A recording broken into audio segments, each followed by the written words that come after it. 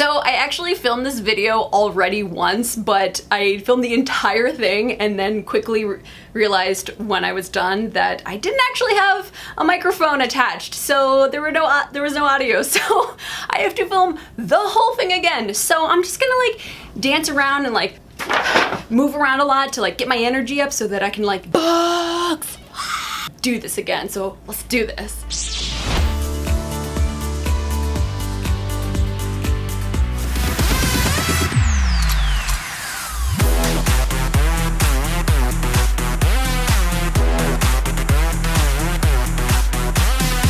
Alright, let's actually talk about the books now. Happy September, book nerds! I'm Margot from Team Epic Reads, and it's time for another book haul. Here are the books I read this month. The first one was The Thief by Megan Whalen Turner. So this book has actually been on sale for 20 years. It came out the same year, like the same time as Sabriel by Garth Nix, and I love that book. So I figured it was kind of time to read the other book that everybody's been talking about, which is the Queen's Thief series and The Thief by Megan Whalen Turner, which is the first one. So I definitely read it, and I was surprised by how much I liked it. It's a fantasy, and it's super fun.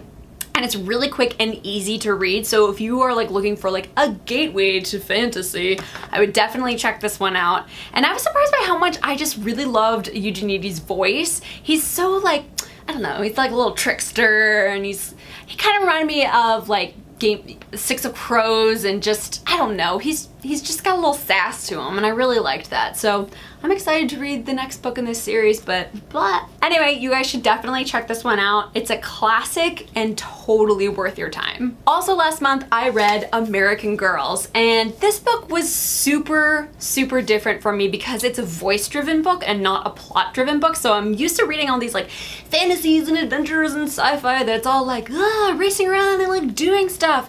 And then I picked up this one off the recommendation of a really good editor friend of mine, and it was such a strong like voice-driven story, like a character-driven story, that it was a really nice change of pace. It's about the girl who's just like fed up with her life, and so she steals her mom's credit card and just flies to LA to go spend time with her older sister, who's an actress out in LA.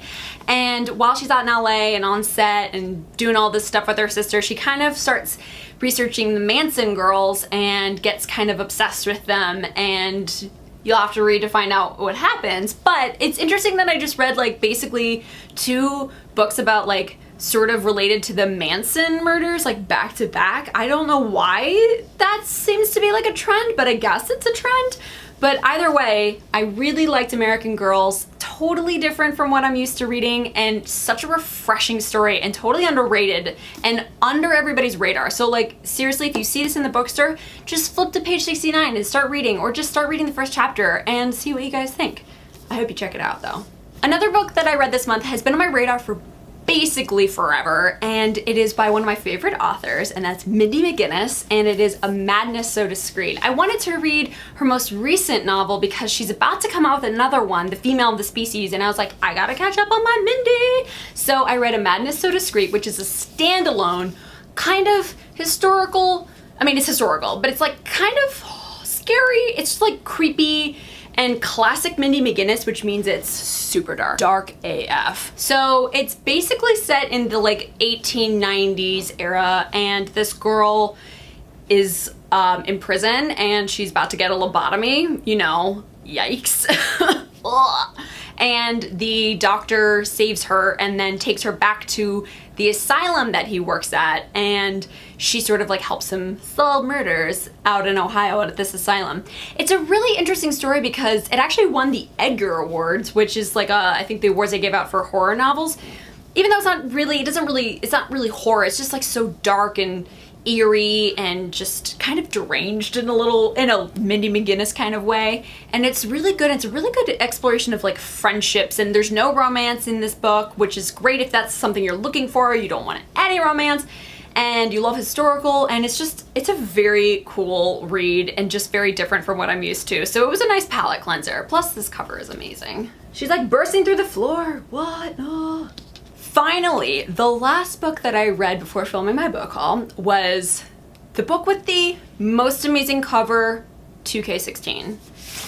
That is The 1000th Floor by Katharine McGee. Oh. so shiny. Check out this. Those end papers! Are those end papers amazing? Oh my gosh, seriously, the entire package design of this book is on point. It is unreal. And the book also happens to be really good. It's basically like Gossip Girl, but in the future. So it's set 100 years from now, so near future, in Manhattan. And now all of Manhattan is basically in one tower. So like Central Park would be like one floor, and there's subways that are going up and down the tower. And because it's so huge, it's 1,000 floors, it's like 10,000 feet or something. I don't know, math. Anyway, so now there's this huge tower that's in Manhattan, all of Brooklyn is in shadow, which means my current apartment is in shadow, which means maybe my rent will go down. God, I hope so. It's interesting because everybody seems to love like this book for different reasons.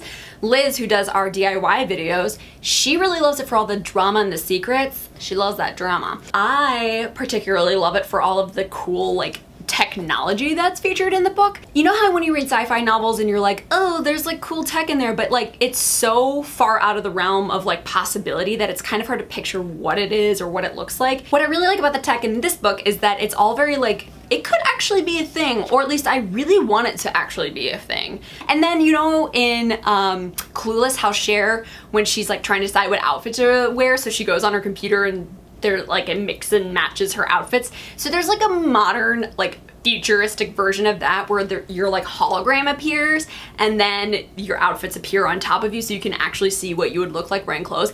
I need that so bad because I hate picking out my outfits. I hate it. I really loved everything about this book. It surprised me how much, because it's not normally my thing, you know, the like Shonda Rhimes, Gossip Girl kind of thing, but I really found myself enjoying it and I really liked the different cast of characters. I cannot wait for you guys to read it and put it on your shelf because it's gonna be so beautiful. Oh my God. So anyway, if you have read it, tell me in the comments below, tell me what you think. Tell me what you think of this cover. Do you love it as much as I do? Oh, I hope so. Now it's time to show you what's new from Harper this month. So we've got a nice little stack here. Ooh, let's get this up. Muscles. Blah. There's what's new. Ta-da. So let's run through it real quickly. We have The Cat King of Havana by Tom Crosshill. Check out that cover. In the back, what's up? Diplomatic Immunity by Brody Ashton. Perfect timing because we've got an election going on. If you guys are 18, don't forget to register to vote and definitely vote. Go to rockthevote.com if you have not registered and do it. There's a little star. Can you see that? As I Descended by Robin Talley. This is a Macbeth retelling. A spooky, spooky Macbeth retelling. Ooh, I love this cover. It's so cute. Georgia Peaches and Other Forbidden Fruit by J. Robin Brown. Check out that cute cover. Super sweet contemporary romance. Love it. If you love Simon versus the Homo sapiens agenda, check this one out. Let's see if I can get it. Ugh. We also have The Fixes by Owen Matthews. Finding Abbey Road by Kevin Emerson.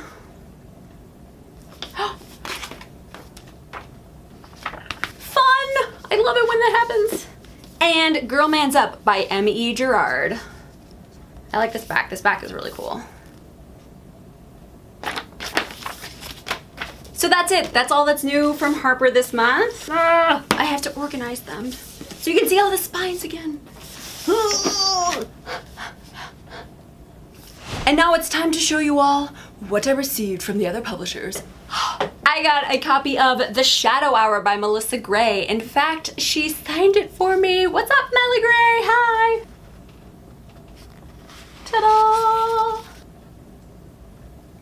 I also got a copy of Ever the Hunted. Does anybody else think of Ruined when they see this cover? It kind of looks like the Ruined cover, right? Am I the only one that thinks that? I don't know, it looks fun. I'm definitely gonna check this one out. If you guys have read it, tell me in the comments below and tell me what you thought. I also got a copy of The Inexplicable Logic of My Life. I can't believe I said that correctly in one try. The Inexplicable Logic of My Life by the same guy who wrote Aristotle and Dante Discover the Secrets of the Universe, which is one of my all-time favorite books ever. So I cannot wait to read this book, which doesn't go on sale until March 17th. But I'm gonna have a hard time, you know, holding off reading this one because I really want to read it. Oh, like I just want to like start reading it right now. Like I'm just gonna go do that. Is that cool? All right. Oh. I also got my book piles are falling. The Call, which is supposedly a very scary book, and I get scared really easily, so I'm not entirely sure if I'm gonna read it, but I've heard it's really good and it's super short, so, and I'm always looking for stuff that I can just read really quickly, you know?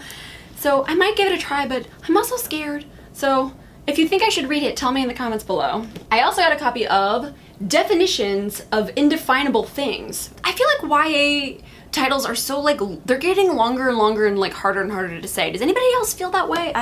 Maybe it's just me. Maybe I'm just like reading too much. Anyway, Definitions of Indefinable Things. And I also got the sequels to Jacoby by William Ritter, the Beastly Bones paperback, and Ghostly Echoes, the third and final book in this series. Ta-da!